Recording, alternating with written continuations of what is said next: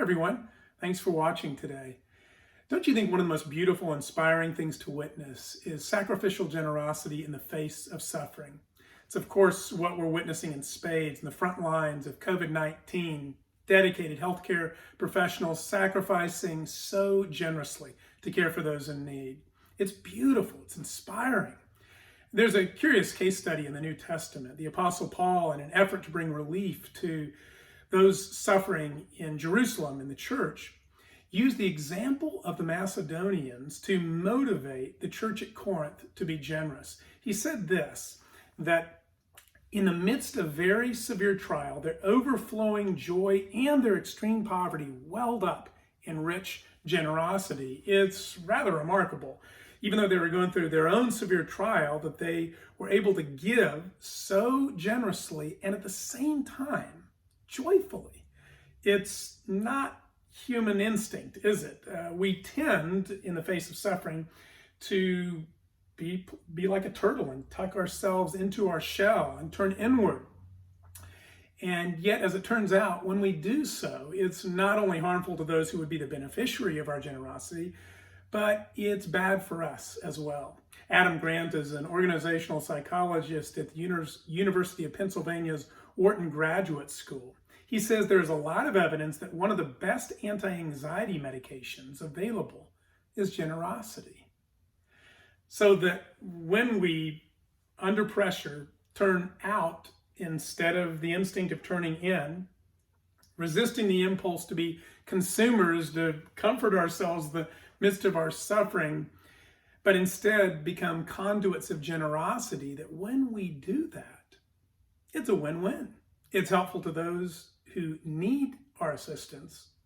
It also helps bring relief to our anxiety. But the human heart is incredibly complicated. And when we hear the word should, we should do this. You should really do this.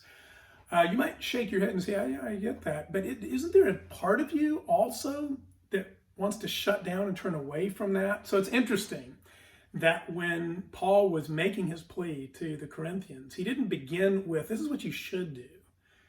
He began instead with grace. He said this, that I want you to know about the grace God has given to the Macedonian churches.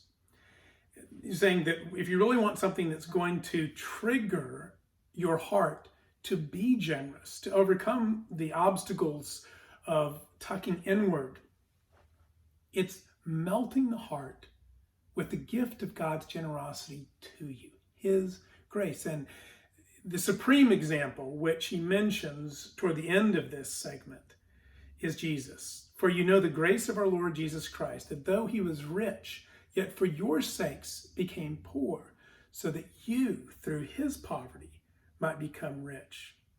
When the truth of the gospel, of God's generosity to us in Jesus, begins to make its way into our soul, it overcomes the fears and resistance to the shoulds and our desires to even build a world around ourselves to mitigate our suffering. It pushes us outward because we have received that generosity. Of course, that's what we want to do. And even more so, it causes us to see that the one who has been generous to us, Jesus Christ, is more precious and beautiful than we would have ever imagined.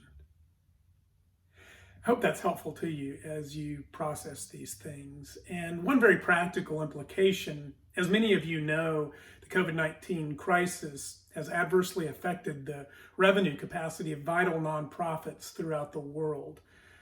Today, City Church is participating in a global day of unity, Giving Tuesday Now, to help raise awareness to this.